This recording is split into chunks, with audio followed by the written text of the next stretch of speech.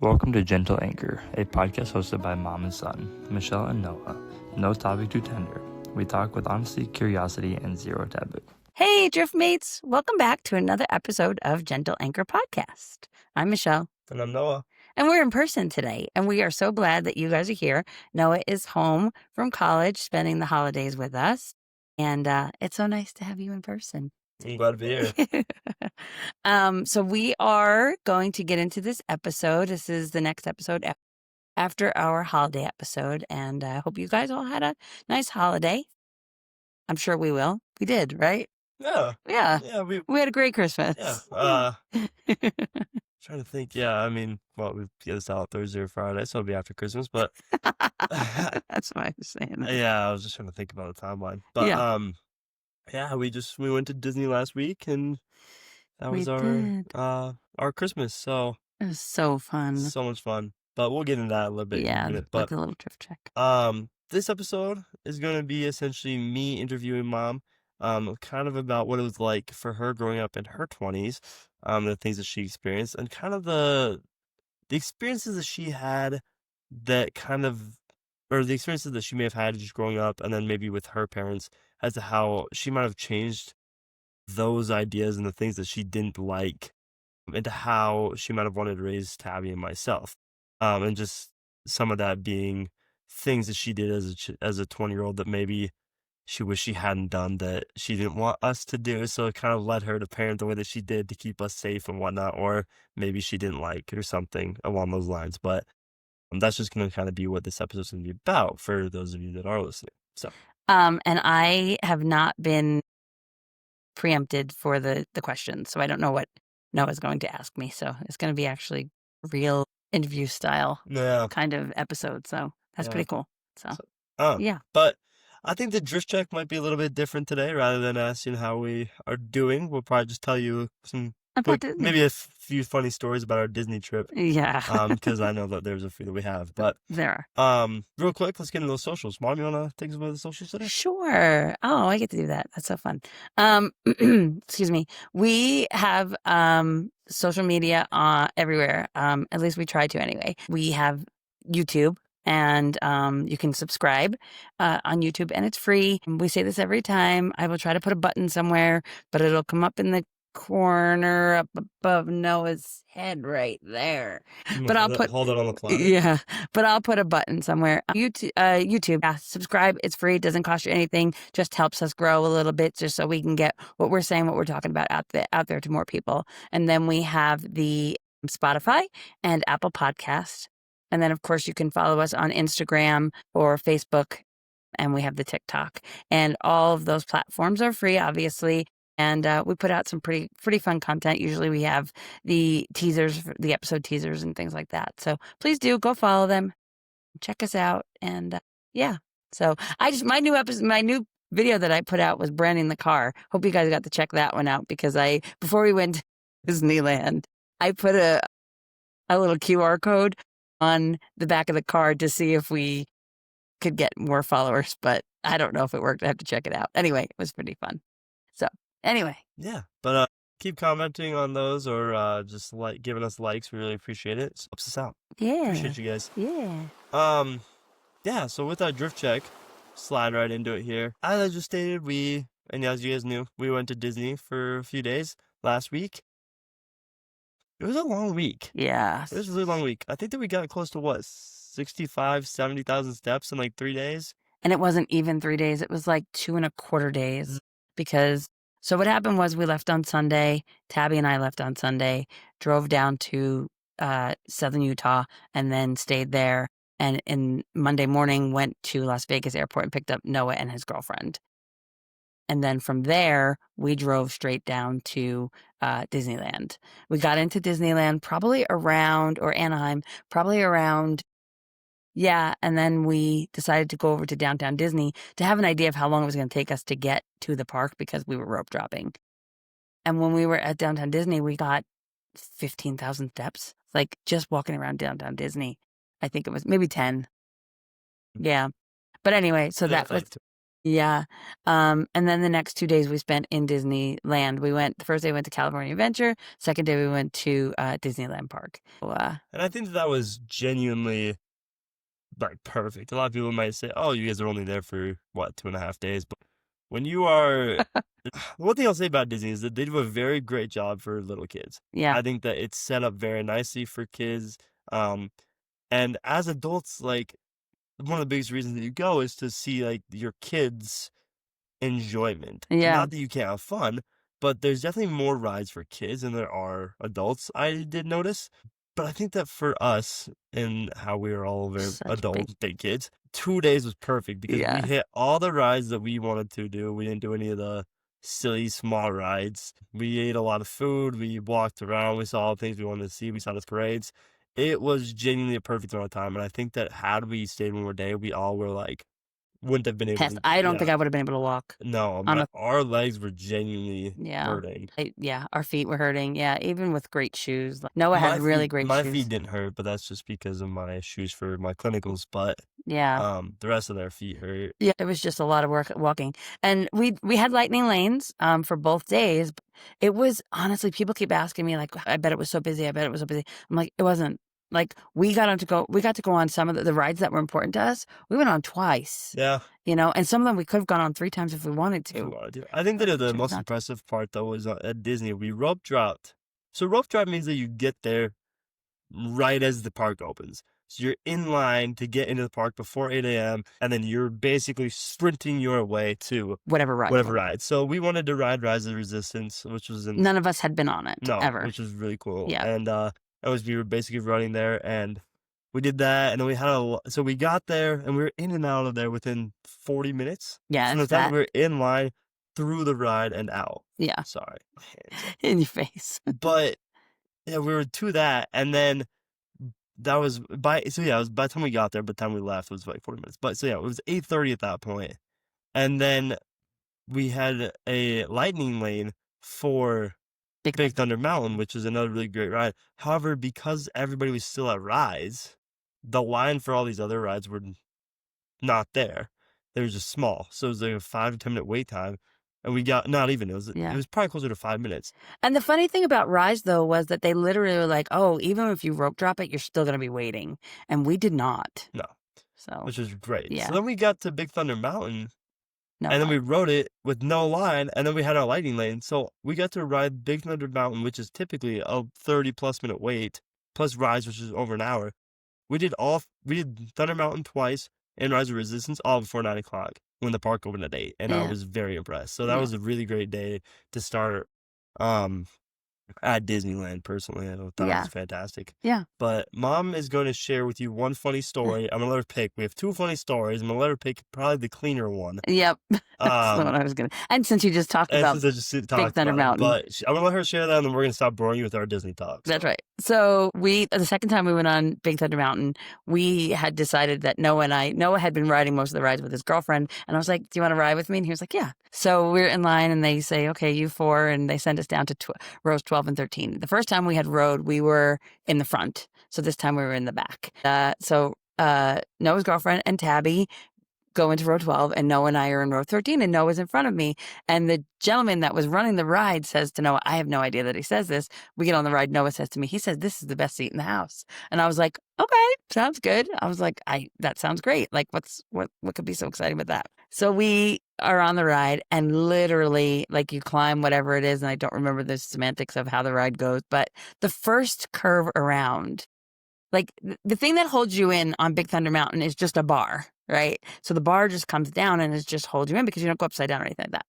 And so and it's a roller coaster, for those that don't know. The first curve around is to this side, and Noah's on this side of me, and I smash right into him, and I slump down in my chair, and I start laughing. He's like, what the hell? And I was just like, oh my gosh. So I'm laughing hysterically, and I was like, whoa. Then it happens again, and I'm right into him, and I cannot and I'm slumped down. I can't get myself up. I'm hysterical laughing, try to finally get myself up. Anyway, get myself up for the whole thing. Every time, the entire ride, every time we went around a corner, I would squish Noah, and I would slump down in my chair. And we were both hysterical. hysterical laughing. Because it was at this point that this was maybe the second or third ride that we'd been together that something stupid always Yep. happened. Yep. And we were pissing our pants laughing. It was It so was funny. so funny. So I'm literally crying. Mascara is running down. Tabby and Noah's girlfriend are looking at me and they're like, "Are you okay?" And I was like, and they're like, "What? You have mascara all day?" And like, this is on the ride. And I was like, oh my gosh. So the ride ends and we are I cannot even contain myself, guys. I was literally. It's just because she was ding, ding, ding, ding, like back and I forth was through this like, chair. yeah, it was It hysterical. was so funny. Yeah. And so I get off and there's the workers there and they're like, "Oh my gosh, are you okay?" And Tabby's like, "She's fine. She's just laughing." Tabby was so bothered. The fact that I was like crying. Mom and I were genuinely like hysterical. I And it's one of those stories that I think that you just had to be there to understand how funny it was. Because everybody else is going to think that we're crazy, but it was so funny. So funny. I couldn't contain myself. We were getting off the ride and I was still laughing. Anyway, that's our boring story. Hope you enjoyed it. All I need you to do is picture her flying back I was and forth just, to this and chair slumped. and slumped down, like hitting me like this, a freaking dead fish. It He was got hilarious. mascara on the back of his White sweatshirt because I was laughing so hard. Anyway, that was Disney. It was a great time. We had a wonderful time. Highly recommend you go Yeah. that week, so whatever last week Yeah, it was a great week if to you're go, looking for so- a Disney trip Yep. during Christmas. Yep. So Cool. 2 thumbs up. 5-star rating. Disney's magical. Okay. For sure. Okay, so we're going to get into it. So like Noah said, this episode is going to be him interviewing me about what it was like for me to be in my 20s and how that possibly resembles his 20s or, kind of doesn't, and the things that I did, and you're in for a ride because who knows what's coming up. I just want to say that from the stories that I know, she and I live two very different lifestyles as a 20-year-old. Why don't you give a quick background? So give us like the basics, okay? So where are you from? And then give us like a brief overview of kind of what it was like. Okay. Just like the basics of your 20 to 30s, like that livelihood there. Okay. So I got pregnant with Tabby when I was 29. So up until that point, there you go. Even I guess we can even go because like for you it was like 15 to like 25. Yeah. 15 to 23. Give us that range and Yeah. like a quick overview.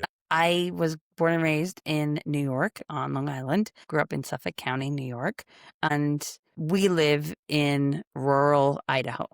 That's where we are. So that's where the kids were raised. And so if you can even think about it, the contrast is very, very, very different. So we have New York, we have Idaho. Okay. Yeah.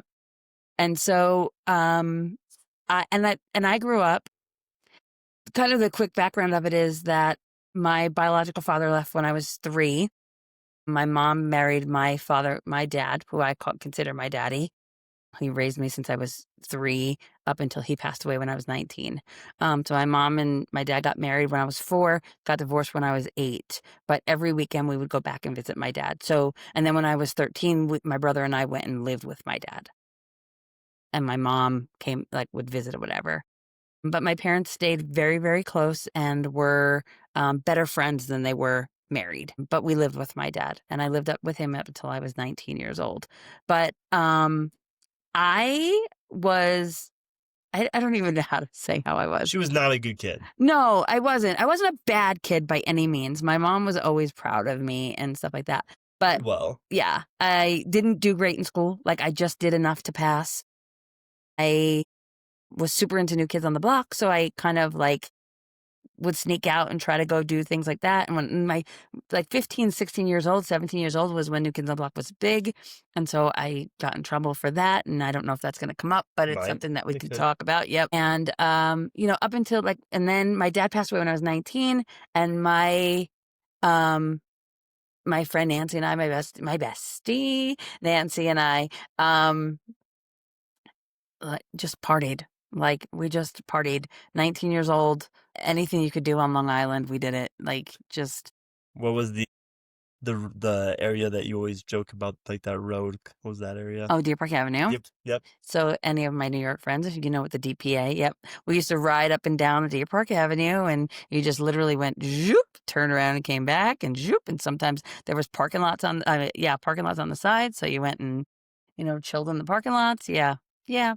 So that was pretty much what we did. I didn't go to college when I was younger. I did obviously when I was older, but I didn't go to college. So, I had a what I would call a typical upbringing for a New York 20-year-old, Cool. just going out. And I mean, I never did drugs, anything like that, but hell yeah, I was drinking, I was partying, I was, having fun. So that's kind of the background of me. And so we'll see where these questions take us. Right. So we just kind of had to get the background just so we kind of can move forward into how all those things that took place kind of shaped how you wanted to parent us and how you transitioned from being that chaotic, kind of that nonchalant, non-caring individual that was just out and about into somebody who raised us and, in my opinion, did a great, great job. And just kind of those changes that realized had to be made. So kind of getting back into starting in your 20s again. Did you always know that you wanted to have kids? No. You didn't. Okay. You said it's like it's I'm glad that came up. So, I didn't I kind of had a relationship before I was dating someone and really thought that I was gonna end up with him and stuff, and yeah, and then, like, obviously, like, kids come up and stuff, but, like, it was never like, "Oh, I'm gonna have kids, I'm gonna be, have 2 kids, da, da, da, da." No. I when I was 21, my goddaughter was born, Danielle, because she watches. She was born, and my cousin, her mom was 17 when she was born, and so I helped raise her when she was little. So I had that, I mean, but I was 21 years old, So I had that, instinct of how to raise kids, and, I was very, very in Danielle's life up until, I think she was probably like 3, or when I moved away because I moved to Pennsylvania. But I was very much a part of Danielle's life, and that was fine for me. I was content. I was content to have that. I was content to be there. I didn't think about, "Oh, I wanna have my own kids." I didn't get baby hungry or anything like that. So I never really thought about it, and then when I started dating your dad, I mean, we dated for 6 years before Tabby was born, Right. I never even, like, I was like, if God didn't have a different plan for me, who knows? Like, because we got pregnant with Tabby and got married afterwards. Like, it didn't even, like, it wasn't even something that I was thinking about. So, Okay. you know, So with that in mind, yeah, when you had started raising Danielle, yeah, did you think that there was ways that she was being parented that you have implemented into our life, or anything from what you helped do that stuck or that you were then ignored? Because obviously you were older. I mean, 21 before you had Tabby. What you were 29 yeah, when you had Tabby. So I mean, that's 8 years of difference, and different experiences. You say that any of those things that you helped stay, the way you parented her, yeah. essentially, those stuck or not? I don't really think so. I tried not to step in where Amy was raising Danielle. I tried to let Amy do all that. There were times when Danielle was with me, and I think that I pretty much had the same rules with her, like when she was with me, that I had for you guys when you were little. Like, she had to say please and thank you. She always had to make sure she minded her manners. She was, had to do what I told her to do. All those things that like a 1 to 3-year-old had to do that I kind of still did when I had you guys. Yeah, Yeah. for sure. Those basic things I think definitely carried over. But Amy was the same way. Like we kind of, did the same things with Danielle, and then like it kind of stuck. And Amy's only child is Danielle, so she didn't parent another child or whatever. But I think that those things we kind of just were like, well, please and thank you are important, and we'll figure out the rest as we go. Right. So Right. yeah, No, that makes sense. So it kind of going back a little bit then, yeah, if you knew that you didn't want to become a parent, what were your goals in life? As a 20-year-old, from my perspective, so for those of you that don't know, I am currently in my master's program for athletic training. My goal is either to work in the NFL, as a working in the professional field, or a Division 1 sport, either working with a softball team, volleyball team, baseball, football. Don't really know exactly what yet, but I don't know. I feel like as a 20-year-old, or 21 now. very driven. I'm pretty driven. I have goals for myself. So for you, in that sense, Yeah, did you have any goals that were the reason you didn't want kids, or were you just kind of, I don't want to say flow, like no, you were just kind of drifting? yeah. Um, so what happened was I graduated high school and then I had no idea what I wanted to do. literally no idea what I wanted to do. So my mom was like, just go to a temporary agency and find some jobs. And I was like, what does that even mean? And she was like, well, a temporary agency, just they will teach you skills. They'll teach you like basic skills for working because I didn't have any. And I was like, yeah, all right. So I went to a temporary agency and they like what a temporary agency does is they basically find you a job and they put you into a job and you work that job. And I was like, well, I can do office stuff, whatever. I can learn, right? So I basically did like different office jobs and that's how I learned how to do data entry.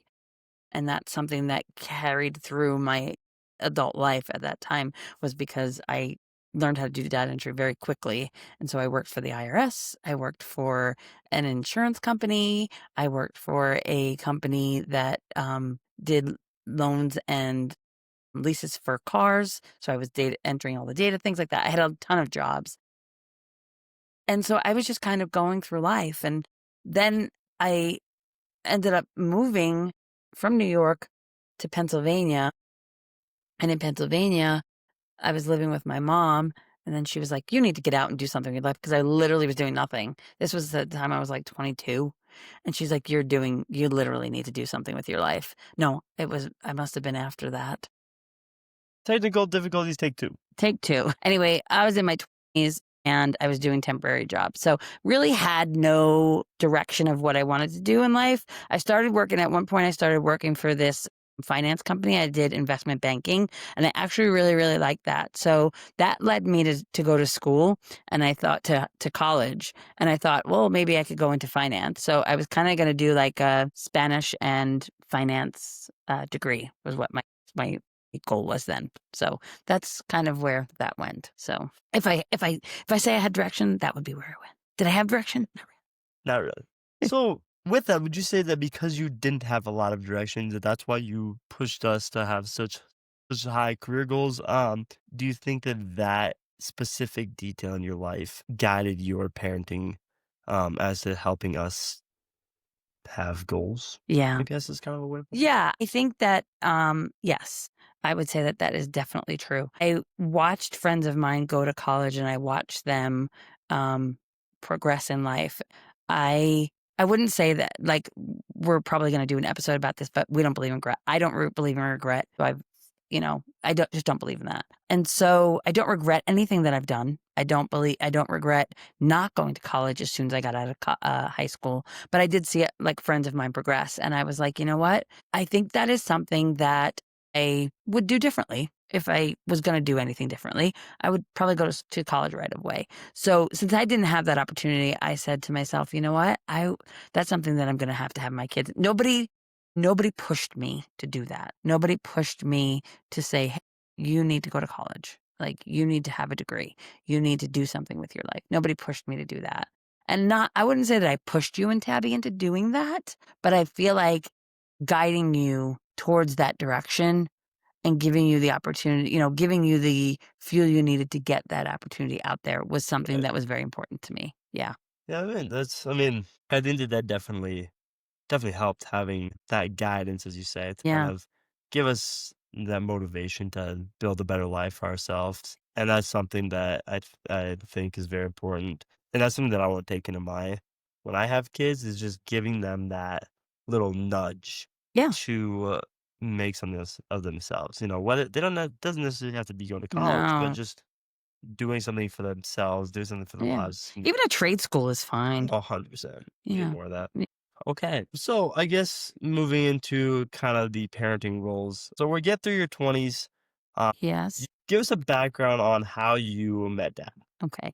So after I graduated, I became very focused on working. I just worked. I would say that one of the things I always wanted to do was travel. Always like we didn't do very much of it when I was younger, but my mom did travel, and so she was always like going places or doing things, and I was like, that's something I definitely want to do. So I was working. I worked a lot, and when I was 23, I decided that I wanted to take a trip cross country. And to fund that, I had to work. So I worked a 8-hour job. And then after that, I worked a job at a grocery store where I was a cashier. I did that for 4 hours. And that's what I said. And then after that, I would literally go to the IRS, and I worked overnight from like 12 to 4. So I literally was only sleeping 4 hours a day with travel and all that stuff. Like I just was working because I wanted to have enough money to go cross country. And when I was 23, that's what I did. So my cousin Kathleen, who passed away, rest in peace, Kate,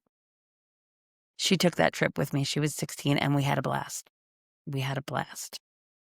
We traveled cross country. We saw everything in between. It was wonderful. We were coming back.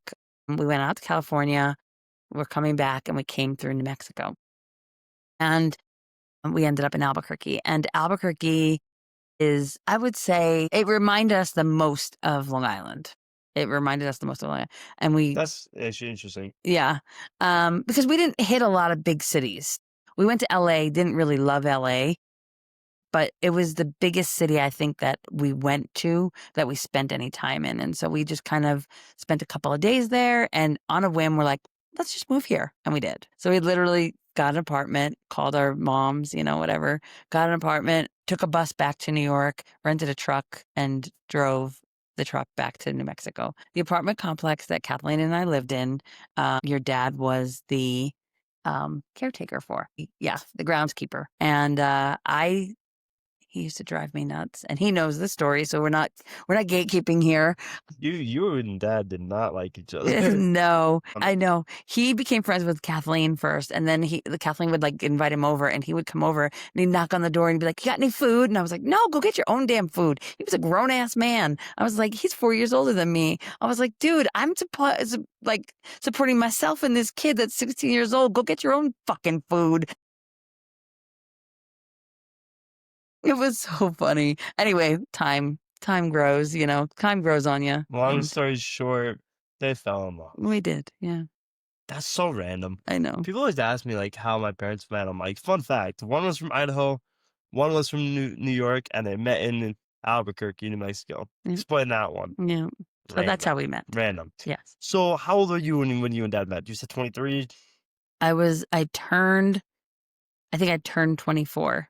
Okay, so they were 24, and then Tabby was born when you were 29. 29. Yep. So you guys had dated on and off. Yeah, and I left Albuquerque after a year, and so I was back in New York, so we were dating long distance. So you and Dad then dated for 5.5 years, roughly, on and off. Tabby was born, got married. Yep, we lived in Pennsylvania. You are now how old? When we got married? When you got married? 29. 29. Yep. Okay, so now we're getting into your 30s, and parenting comes into the mix. Yeah. Okay, so you now have a baby girl. Did you then live in Idaho, New York, or somewhere in between, right? We lived in Pennsylvania.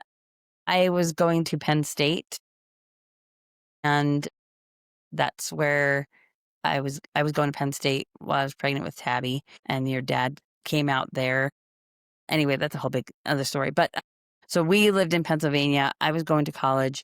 Jason didn't love it there, so he decided, he was like, I don't really like it here, and he had an opportunity to come out to Idaho. So I left school and we came out here. And so then we lived where we live. Not exactly where we live right now, but the same town.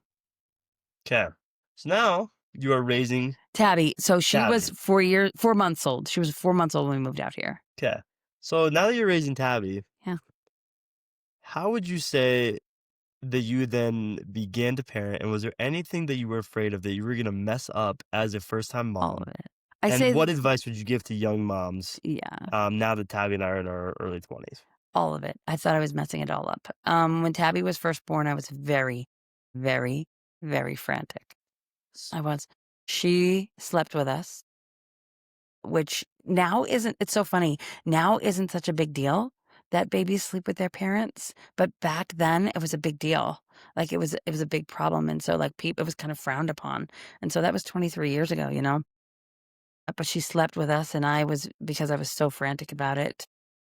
And I say this all the time. She was in our bed until she was freaking 5 years old.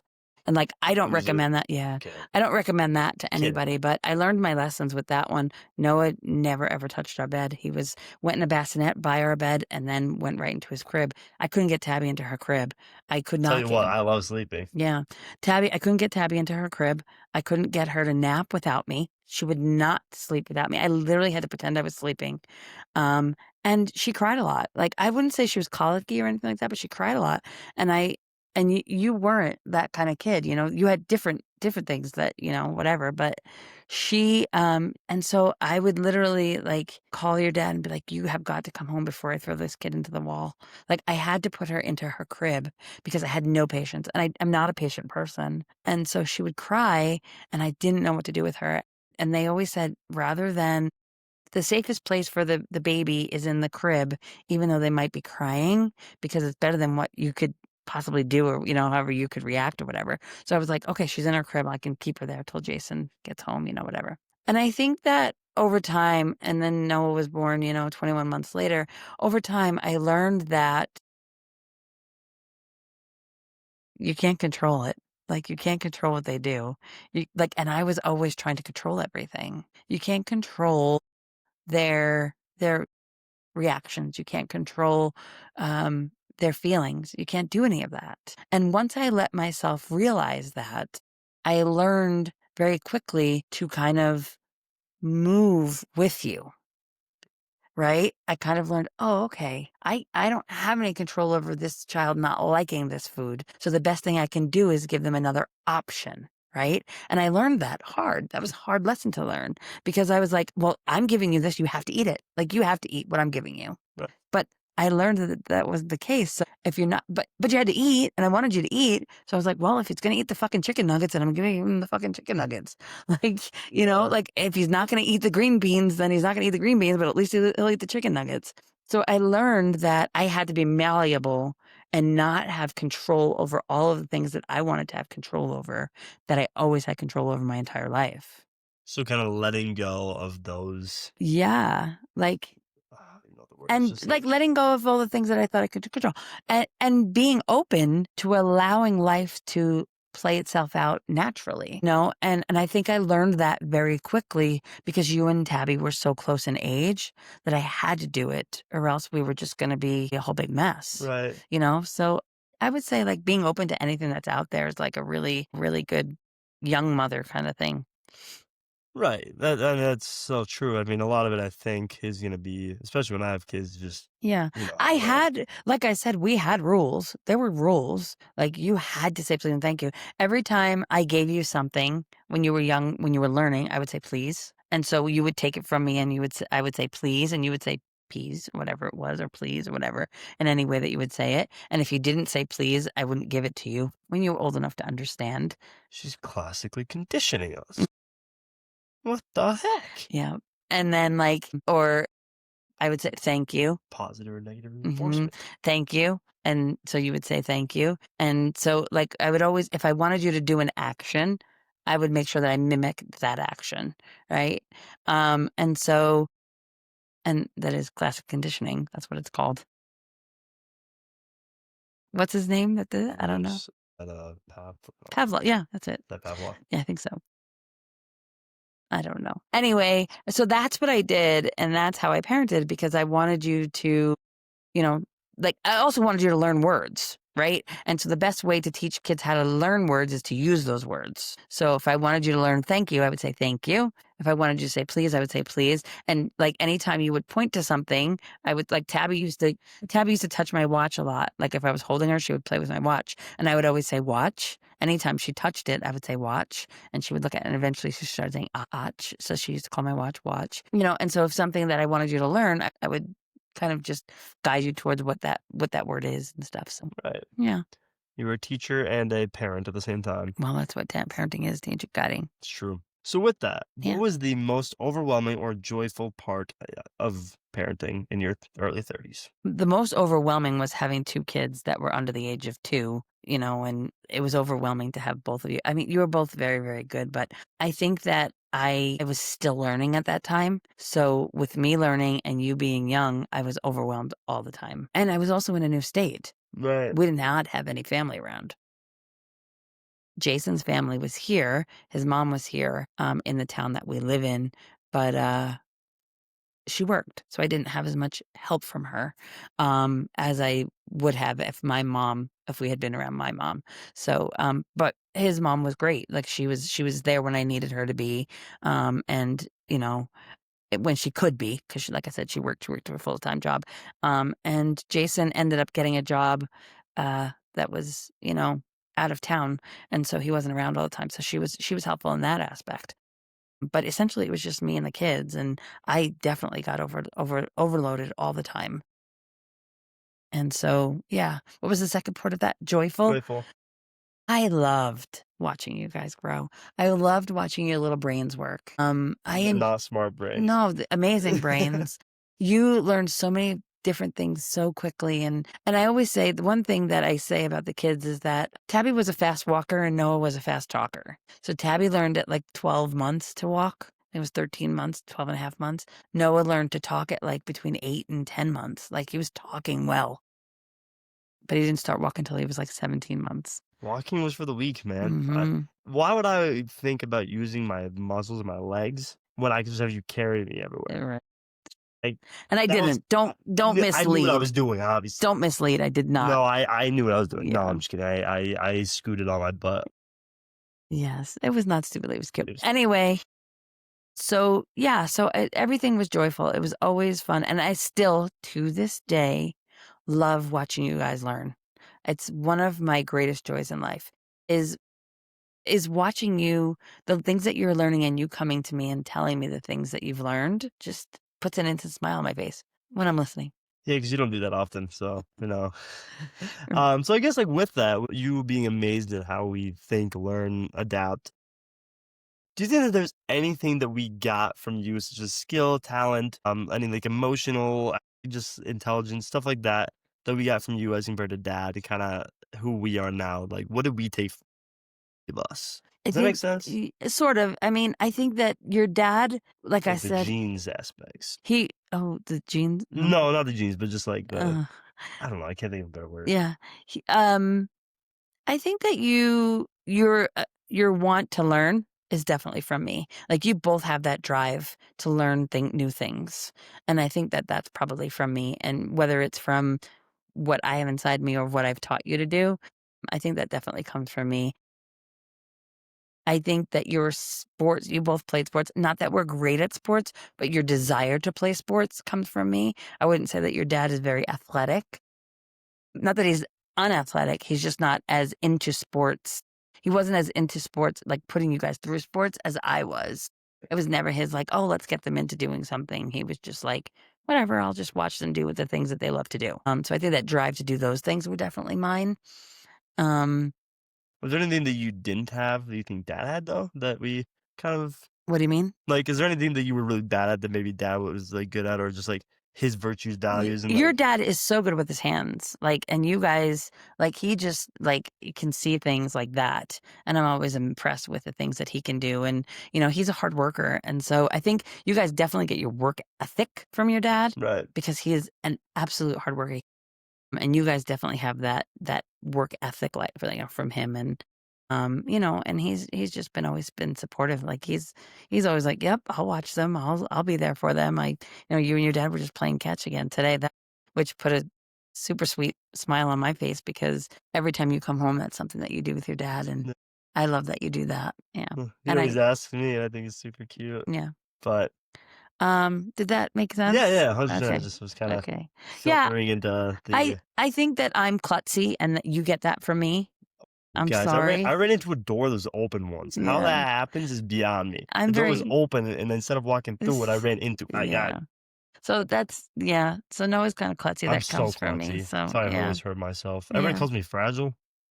It's their fault. yeah. I guess and then with that, like, were there any specific values that you had, or values or morals in your early 20s that you took and instilled that into how you raised us? Intentionally or unintentionally, that now has been passed to us, that you used to raise us? The one thing that one of the things my mom, I would say my mom was a wonderful mother. That being said, she worked. She was a single mom raising us up until the time that I moved in with my dad, and she was. My brother and I were latchkey kids, which meant that we went to school, we came home, and she wasn't home. So we had to make sure that we did our homework. We did our own, we made food, like whatever, all those things because she wasn't there because she was always providing for us. But she was very strict, like very, very strict. You do what I'm telling you to do because I tell you to do it. And so, like, we would literally get home from school, call her on the phone, say we're home, and she was like, "Do this, this, and if it's not done, I'm gonna kick your asses when we get home." We would get beat spankings. You say beat, I say beat spankings. As we got older, we just learned that's how you do it. And so I would say that my strict that being because I was strict when you were younger came from that learning from my mother saying to me, but I think we might have talked about this already.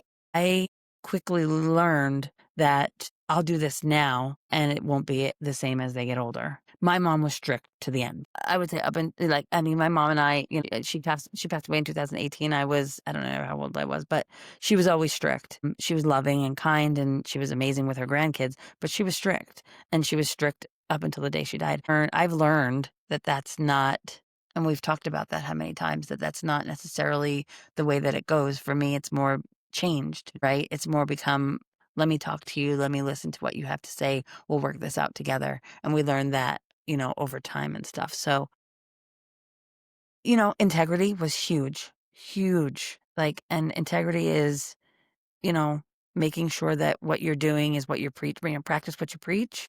And even when nobody's looking, you do the right thing, right? Tell the truth, don't lie. Those were important things to me. They were, if you're going I did so many things as a kid that I shouldn't have done that I was like, if I tell my kids these things, maybe they won't wanna do them. Like, maybe they won't follow in my footsteps and do these bad things because they can see what has happened, to me, even though I didn't turn out badly.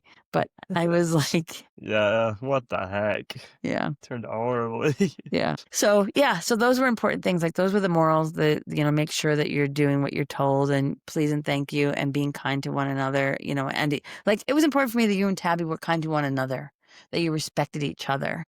My brother and I have a very close relationship, and I wanted that for you and Tabby, so Well, that's great. yeah. Kinda getting to the end of our time here, so Okay. at the end of the day, though, is there anything that you would tell your 20-year-old self as a kind of a closing remark about parenting that you wish you knew when you were early 20s, early 30s? I would probably just tell myself, like, allow yourself to go with the flow. Allow yourself the ability to, like, allow yourself to be kind to yourself in the mistakes that you're gonna make, because 'cause you're gonna make mistakes, right? And I was always my hardest critic when it came to parenting because I wanted to be so perfect at it, because I got the opportunity to be a stay-at-home mom, and it was the only thing I was doing, and I wanted to do it so well, and that's the type of person I am, right? I wanna do everything I do, I wanna do it well, and so I think I would tell myself, "Just be patient in the process, because it's a process." And I think that's super important. Also, your kids are gonna turn out just alright. Yeah. I mean, if I I mean, they're a little goofy, but well, so am I, so, no. I think we turned out okay. Yeah. You and dad did a great You're job. turning out okay. I'm trying, guys. Yeah. So, Certainly trying. yeah. Um, okay, well, thank you for that.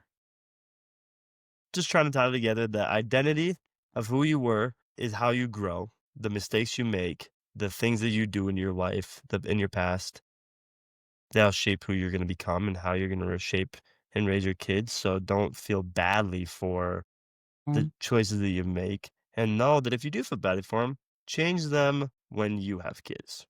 Help them to not become you. There was things that I didn't love my mom did, and I changed them. I mean, off the top of my head, wouldn't definitely say I don't know them off the top. She used to beat us with wooden spoons. There you go. I didn't do that to you and Nice, Tabby. Grammy. Yes, you did. Yeah. But also at the end of the day, understand that you're imperfect. You're never Yeah. going to be perfect, No. and that love that you're going to have for your children is unconditional, right? It is 100% unconditional. Also, loving yourself unconditionally. That's Yep. important, folks. It's true. Something I've had to learn. Overall, thank you Thank for you. sharing pieces of who you are and who you were, and sharing it with the class, of course. Judge Linker out. That's not how that works. Well, yes, everybody, my mom right here, this wonderful lady, is my gentle anchor, but a gentle anchor can be anyone who offers you safety and understanding. What matters is normalizing the presence of someone in your life with whom you can be open and honest. So the next time that you feel the urge to share your voice, begin with the person who makes you feel heard. Yes. And we appreciate you guys listening. Every voice needs a safe harbor. Done. Until next time, stay anchored in connection. Thanks, guys.